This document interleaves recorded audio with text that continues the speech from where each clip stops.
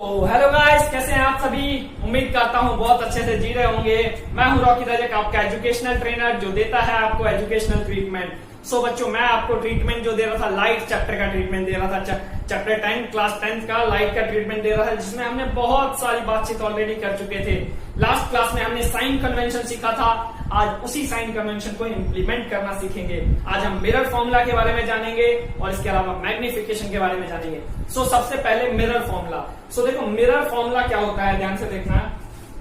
Mirror formula में आपका जो है, ये हमारा मिरर है, समझ लो एक बार। मिरर है, ये प्रिंसिपल एक्सिस है, ये हमारा पोल है। अब मान लिया भाई मैंने यहाँ ऑब्जेक्ट रख दिया। ये ऑब्जेक्ट जो यहाँ रखा, यहां से यहाँ का जो डिस्टेंस होगा ना ऑब्जेक्ट से यहाँ तक का, इसको बोलेंगे यू। ऑब्जेक्ट से पोल तक का जो डिस्टेंस होता है उसको क्या बोला जाता है, यू।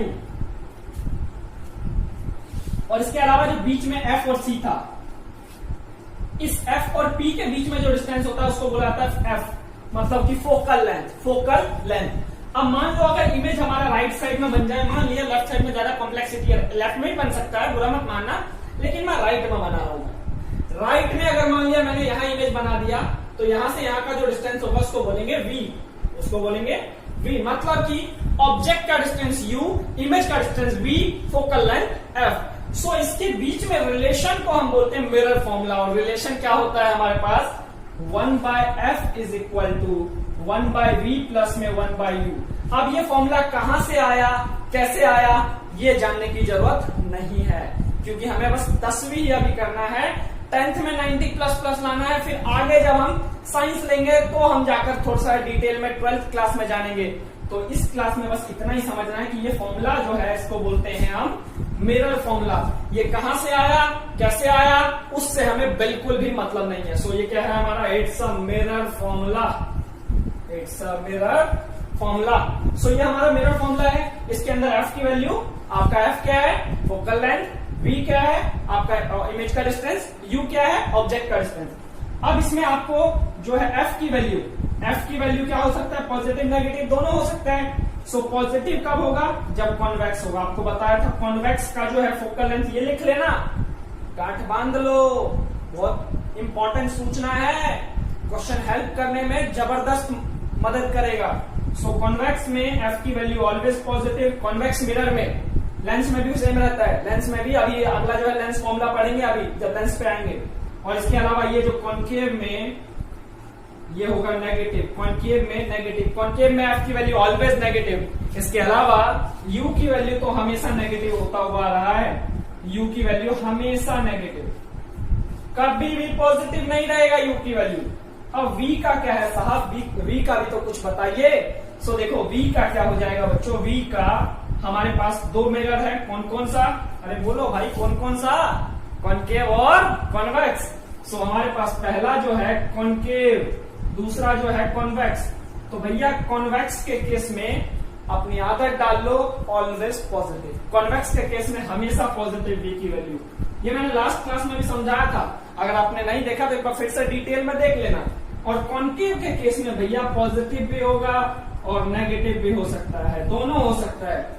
सो पहले 5 केस में जब हमने ऑब्जेक्ट को एफ और पी के बीच में नहीं रखा तो पॉजिटिव, ये लिख लेना, पहले 5 केस में पॉजिटिव। और जब आखिरी वाला केस, जब ऑब्जेक्ट को हमने कहां रख दिया, एफ और पी के बीच में, बिटवीन एफ एंड पी।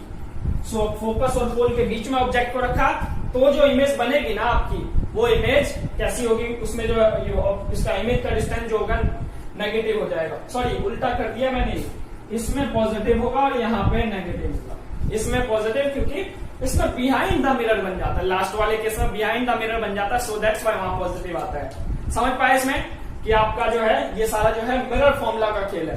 अब नेक्स्ट होता है मैग्निफिकेशन। क्या होता है, सो देखो मैग्निफिकेशन आपका क्या होता है, स्क्रीनशॉट ले लो जरूरत है तो। मैग्निफिकेशन क्या होता है बच्चों, मैग्निफिकेशन होता है कि कोई भी मिरर या कोई भी लेंस चीजों को कितना ज्यादा मैग्नीफाई कर पा रहा है। जैसे देखो मैं ये मार्कर है, ये मार्कर जो है मैं कैमरे के जैसे जैसे पास लाऊंगा आपको बड़ा होकर दिखता जा रहा है, मतलब कि जैसे बहुत पास लाया बहुत ज्यादा मैग्नीफाई हो गया, दूर लेकर गया छोटा हो गया। मतलब कि यही स्मॉल और लार्ज होना है इमेज का, मिरर से ऑब्जेक्ट की साइज के रिस्पेक्ट में बड़ा या छोटा होना। यहाँ पास लाया तो क्या है, इसका मैग्निफिकेशन बढ़ गया, और जब दूर लाया तो मैग्निफिकेशन घट गया।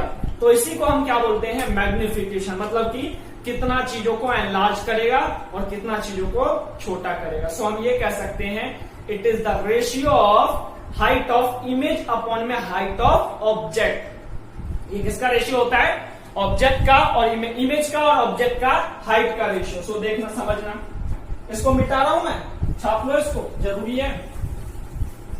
सो आपका जो है, अगर चैनल पे देखिए नए हैं तो सब्सक्राइब कर लीजिए, अपने दोस्तों में भी शेयर कर लीजिए, क्योंकि मुझे पता है अगर आप यहां तक पहुंचे हैं तो इंटरेस्टिंग लग रहा होगा, देखने में मजा आ रहा होगा और समझ में भी आ रहा होगा। तो बच्चों अभी समझ में आ रहा ना, आगे भी बहुत अच्छे से समझ में आएगा, क्योंकि ये तो बस शुरुआत है। सो जो हमारा मैग्निफिकेशन देखना एम से डिनोट करते हैं। मैग्निफिकेशन आपको बताया it is the ratio of height of image. Height of image को किससे डिनोट करते थे, एच डैश, और हाइट ऑफ ऑब्जेक्ट, इन दोनों का रेशियो होता है। तो सिंपल लैंग्वेज में ये भी कह सकते हो, हाउ अ मिरर और लेंस कैन मैग्नीफाई और एनलार्ज और smaller the image with respect to object. कि मतलब कोई भी मिरर या कोई भी लेंस जो है ऑब्जेक्ट या इमेज को कितना ज्यादा एनलार्ज करेगा या कितना ज्यादा उसके साइज को रिड्यूस करेगा। स्मॉलर मत लिखना, रिड्यूस लिख लेना, रिड्यूस बार अच्छा लगेगा। सो हमारा मैग्निफिकेशन का ये फॉर्मूला है। सो इसके अलावा एक और फॉर्मूला होता है, एक और क्या, कि भाई ratio of M is equal to ratio of minus of image का डिस्टेंस अपॉन में ऑब्जेक्ट का distance minus B by U. ये भी आपका क्या होता है, मैग्निफिकेशन होता है। सो इन दोनों को आपस में कम्युनिकेट भी कर सकते हो, ऐसे भी लिख सकते हो, एच डैश अपॉन में H not is equal to V minus V upon में यू। ये भी फॉर्मूला होता है। सो दोनों फॉर्मूला का यूज कर सकते हो। अगर मान लो इस वाले फॉर्मूले में आपको बोला कि भाई हाइट ऑफ इमेज दे रखा है, हाइट ऑफ ऑब्जेक्ट दे रखा है, तो मैग्निफिकेशन निकालना, मतलब तीनों में से दो चीज दे रखी होगी, तीसरा पूछेगा। सिमिलरली नीचे वाले में भाई तीन चीज दिया होगा और एक चीज पूछेगा आपसे। तो ऐसी कंडीशन आती है तो ये वाला फॉर्मूला भी आप यूज कर सकते हो। और इसके अलावा एच डैश की वैल्यू जो है, हाइट ऑफ इमेज आपका जो है बताया था, पॉजिटिव भी होगा नेगेटिव भी होगा। पॉजिटिव कब होगा, जब इमेज जो है वर्चुअल एंड इरेक्ट है। वर्चुअल एंड इरेक्ट है तो हमारा जो है ये पॉजिटिव, और रियल एंड इन्वर्टेड है तो नेगेटिव। और height of image always positive, height of image तो ऑलवेज पॉजिटिव, क्योंकि एक्सिस के ऊपर होता है। सो बच्चों मैग्निफिकेशन की वैल्यू अगर नेगेटिव आ रहा है, मैग्निफिकेशन की वैल्यू अगर नेगेटिव आ रहा है तो हमारा इमेज कैसा है, real and inverted. So magnification को देखकर भी आप नेचर ऑफ द इमेज बता सकते हो।